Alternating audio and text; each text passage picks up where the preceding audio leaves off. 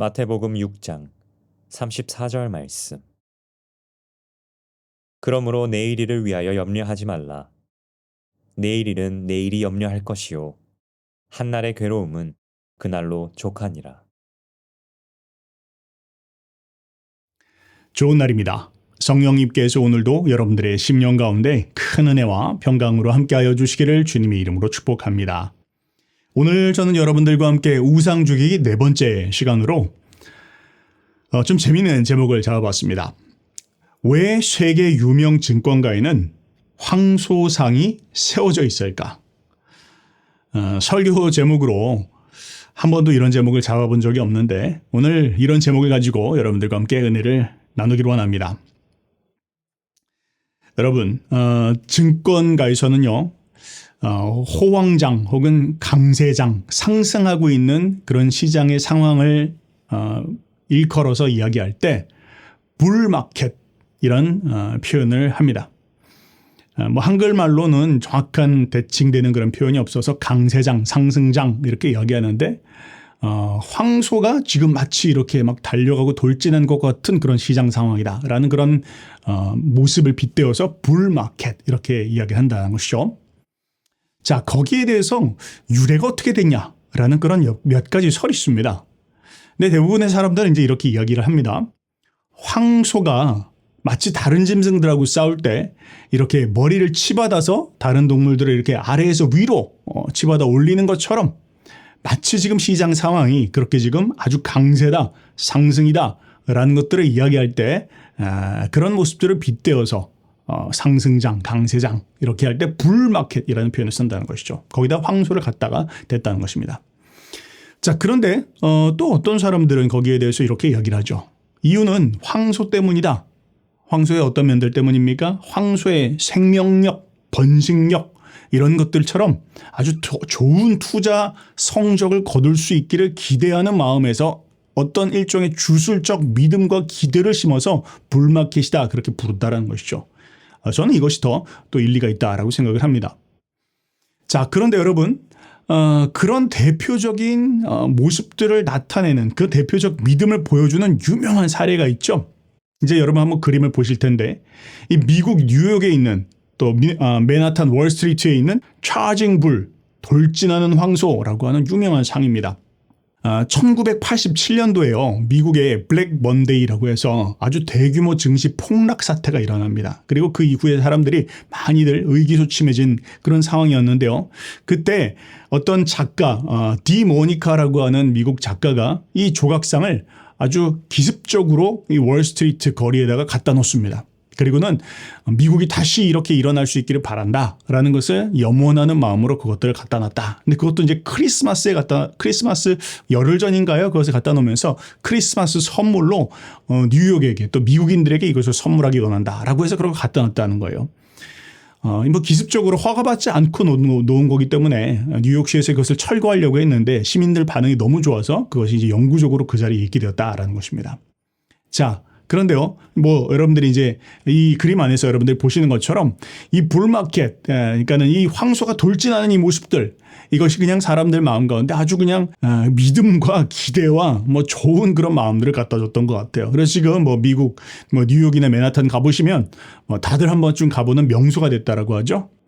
또 뭐 얼마나 뭐 거기에 뭐 대단한 그런 힘이 있는지 모르겠지만 그 황소의 아랫도리를 만지면 아주 복이 온다라고 해가지고 심지어는 그 아랫도리가 다 닳아 지금 뭐 표면이 벗겨질 정도로 사람들이 만졌다라고 하는 유명한 그런 이야기가 있습니다.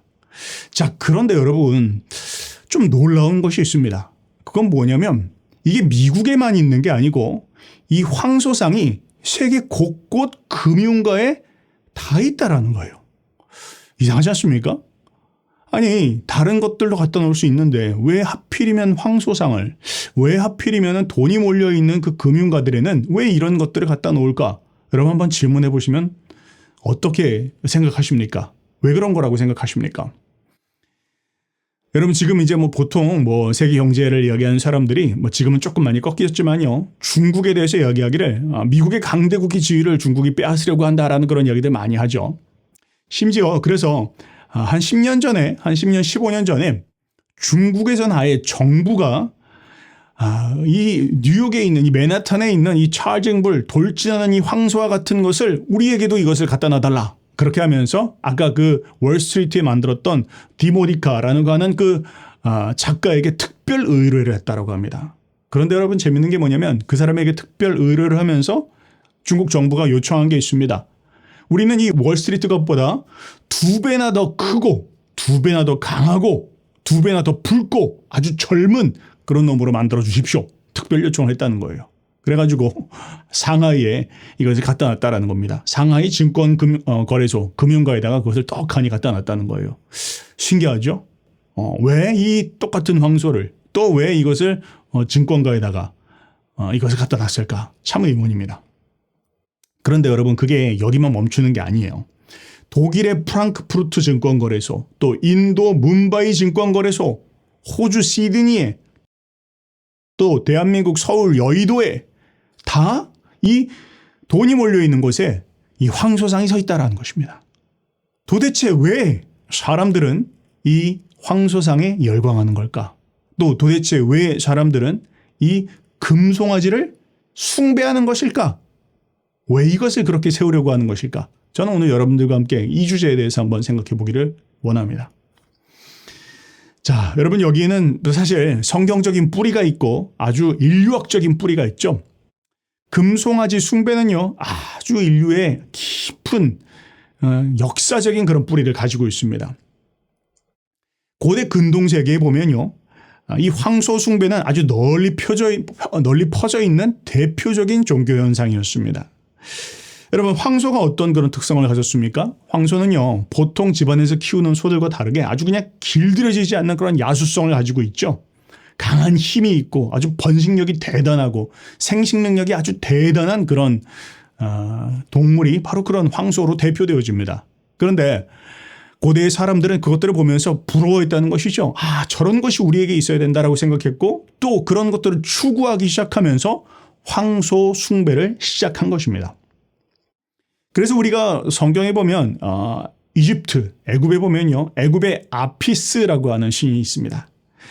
우리 그 출애굽기에 보면 하나님께서 10가지 재앙을 내리시지 않습니까? 그 각각의 재앙은 그 당시에 있는 우상에 대한 그 재앙인데 5번째 이 짐승, 육축에 대한 그 재앙이 바로 그 중에 하나가 이 아피스에 대한 심판이었다는 거예요. 자, 그런데 여러분 이 고대 이집트에는요. 왜 그러면 이 우상을 섬겼습니까? 왜 이 황소를 섬겼습니까? 황소가 가지고 있는 그런 힘, 그런 번영하는 능력, 번식하는 능력 이런 것들을 사람들이 추구하고 바랬기 때문입니다. 그런데 그것이 이집트에만 있었던 것이 아니라 가나안 땅에도 있었습니다. 여러분 우리가 아주 잘 알고 있는 바알신 있지 않습니까? 이 바알신을 사람들이 형상으로 만들 때에는 사람의 모습으로도 만들지만 황소의 모습으로도 만들었다는 것입니다. 아주 농경사회에서는 아주 중요한 그런 가축이죠. 똑같은 이유로 아주 번영을 위해서 또 어떤 그런 생식력을 위해서 풍요를 위해서 사람들은 황소를 섬겼습니다. 그것이 당시에 고대 근동의 모습이었다는 것이죠. 자, 그런데 여러분 그럼 이제 한번 이스라엘 백성들의 이야기로 한번 들어가 봅시다. 이스라엘 백성들은 어땠을까요? 하나님께서 분명히 우상을 섬기지 말라라고 말씀하셨지만 그럼에도 불구하고 이스라엘 백성들은 애굽에서의 영향과 뿐만 아니라 그들이 들어간 그 가나안 땅에서의 영향들을 받으면서 그들 역시 많은 경우에 우상 숭배에 빠졌다라고 성경이 이야기하고 있습니다. 그 대표적인 케이스가 크게 2가지죠. 첫 번째는 이스라엘 백성들이 출애굽한 지 얼마 되지 않아서 시내산 아래에서 금송아지를 세웠던 사건. 그리고 2번째 가장 대표적인 사건이 여러분들과 지금 우리가 열왕기 상을 공부하고 있는데 열왕기에서 이스라엘이 2나라로 갈라지고 난 후에 북이스라엘의 여로보암이 금송아지를 베델과 단에 세운 사건. 이 2가지 사건이 가장 대표적인 그런 사건이죠. 자, 한번 그 내용을 잠깐 한번 살펴봅시다. 자, 첫 번째는 바로 출애굽 당시 시내산 아래에서 금송아지를 숭배한 것인데요. 이스라엘 백성들이 출애굽을 하였습니다. 모세의 인도 가운데에서 출애굽을 하였는데 이제 하나님께서 모세를 시내산으로 불러 올리십니다. 그리고는 그곳에서 10계명을 주시고 하나님의 계명을 보여주시기 위해서 모세를 시내산으로 올라오라고 하시죠. 그런데 이게 웬일입니까? 산 위에 올라간 모세가 하루가 지나도 이틀이 지나도 열흘이 지나고 보름이 지나도 내려오질 않는 것입니다. 급기야는 근 한 40일 정도를 그것건 있었는데 밑에 있는 사람들이 그만 난리가 났습니다. 사람들은 이야기하기를 모세가 돌아오지 않는구나. 그리고 뿐만 아니라 하나님께서도 우리를 이제 버리셨나 보다라는 그런 생각들을 했는지 그 모세의 형 아론에게 이야기하기를 이렇게 말합니다. 우리를 위하여 우리를 인도할 신을 만들라. 그렇게 이야기를 했다는 것이죠. 그랬더니 아론이 그 이야기를 듣고 꾸짖는 게 아니라 오히려 사람들에게 갖고 있는 모든 금부치들을 다 내어놔라 라고 하더니 그 금부치를 가지고 금송아지를 만들었다는 거예요. 그리고는 이야기하기를 이는 너희를 애굽 땅에서 인도하여 낸 너희의 신이로다 그렇게 이야기했다라는 것이죠. 금송아지가 바로 너희가 애굽으로부터 나오는 너희를 애굽으로부터 불러낸 신이 바로 이 금송아지다라고 그렇게 이야기를 했다는 것입니다. 얼토당토 않는 이야기죠. 말할 수도 없는 가능치도 않은 이야기입니다. 자, 그런데 여기에 대해서 사람들은 몇 가지 해석들을 합니다. 어떤 학자는 이제 이렇게 이야기를 해요. 이게 그냥 이 금송아지를 숭배하라라는 뜻이 아니라 하나님인데 여호와 하나님을 형상화한 것뿐이다. 그들이 하나님을 버린 건 아니다. 뭐 그렇게 이야기하는 사람도 있습니다. 그러나 이렇게 됐던 저렇게 됐던 하나님께서 분명히 말씀하셨죠. 다른 신도 섬기지 말 뿐만 아니라 하나님 자신의 형상이라 할지라도 어떤 형상도 만들지 말 걸 하나님께서 말씀하셨어요. 여러분 이렇게 한번 이해를 해봅시다. 왜 하나님께서 당신의 형상도 만들지 말라 그렇게 이야기를 했을까요? 그건 바로 이런 이유입니다. 만약에요, 저라는 박석우라는 인물이 있습니다. 그런데 어떤 사람이 저에 대해서 설명하고 또 저에게 칭찬과 명성을 가져다 주기 위해서 바퀴벌레 모양을 그려놨어요. 그리고는 이야기하는 거예요. 바로 이 바퀴벌레가 박석우입니다. 그렇게 이야기했다는 거예요. 여러분 가능한 일입니까? 가능하지 않는 일이죠. 제가 그 바퀴벌레일 수도 없고 그 바퀴벌레에게 얼마나 명성과 영예를 갖다 준다 할지라도 그건 더더욱이 저에게 기분 나쁜 일이 되어지겠죠. 하나님도 마찬가지라는 거예요. 하나님은 초월적인 분이시고 절대적인 분이십니다. 이 세상의 그 어떤 피조물로도 형용되지도 않고 묘사되지도 않고 포착될 수 없는 분이세요. 그런데 그 하나님을 세상의 그 어떤 피조물을 가지고 묘사한다, 설명한다, 라고 한다고 할 때 이건 하나님의 측면에서 봤을 땐 당신의 영광을 현저히 가리는 일이 되어진다는 것입니다. 또 사람들이 하나님에 대해서 완전히 오해할 수밖에 없는, 포착할 수 없는 그 어떤 하나님에 대한 묘사가 되어진다는 것이죠. 때문에 하나님께서는 하나님의 형상이라 할지라도 형상을 만드는 걸 허락하시지 않는 겁니다. 바로 그런 이유이죠. 자, 그러면 이들은 왜 그렇게 만들었을까요? 왜 금송아지를 만들어서 자기들 눈앞에 딱 세운 것일까요? 근본적인 이유는요, 보이지 않는 하나님보다 눈에 보이는 신, 가시적인 존재가 그들에게 필요했기 때문입니다. 눈에 보이지 않는 하나님보다 눈에 보이는, 손으로 만져지는 그런 신을 그들이 바랬기 때문이죠. 이유는 무엇일까요? 오늘 성경은 이렇게 이야기합니다. 우리를 위하여 신을 만들라 그렇게 이야기했다는 것이죠. 우리를 위하여, 다른 말로 이야기하면 다루기 쉽다는 것입니다. 인간의 영역 속에 하나님을 가두려고 하는 것입니다. 우리의 영역 속에서 우리가 컨트롤할 수도 있고 우리가 어디 끌고 갈 수도 있고 우리가 어떻게 때로는 모실 수도 있지만 때로는 우리가 원하는 방향으로 조정할 수 있는 그런 하나님을 우리가 원한다라는 것이죠. 마치 밴딩 머신처럼요. 자판기처럼 내가 원하고 필요할 때 나에게 필요한 것을 줄 수 있는 그런 하나님이 우리에게 필요한 것이다. 우리가 원치도 않고 내가 바라지도 않는 그러한 어떤 방향으로 나의 삶을 이끌어가고 인도하시는 그런 하나님을 원치 않는다라는 것이죠. 바로 그것입니다. 여러분 왜 사람들이 금송아지를 섬깁니까? 그것은 다루기 쉽기 때문이에요. 하나님처럼 보이지도 않고 만져지지도 않고 또 어디로 내 삶을 이끌어갈지 그 주권자라고 하시는 그 하나님은 내 삶을 때로는 원치 않는 걸음으로 인도하시는 것 같은데 그분은 별로 기대가 되지 않는다는 것이죠. 내 입맛에 맞고 내 기호에 맞는 방향으로 내 삶을 끌어줄 수 있는 그런 손쉬운 하나님이 필요하다는 것입니다. 그게 금송아지를 만드는 근본적인 이유입니다. 나를 위한 것이죠. 또한 그 두 번째 이유는 무엇입니까? 그들이 우상숭배, 금송아지를 세우는 이유는요, 근본적으로 마음 가운데 있는 염려 때문입니다.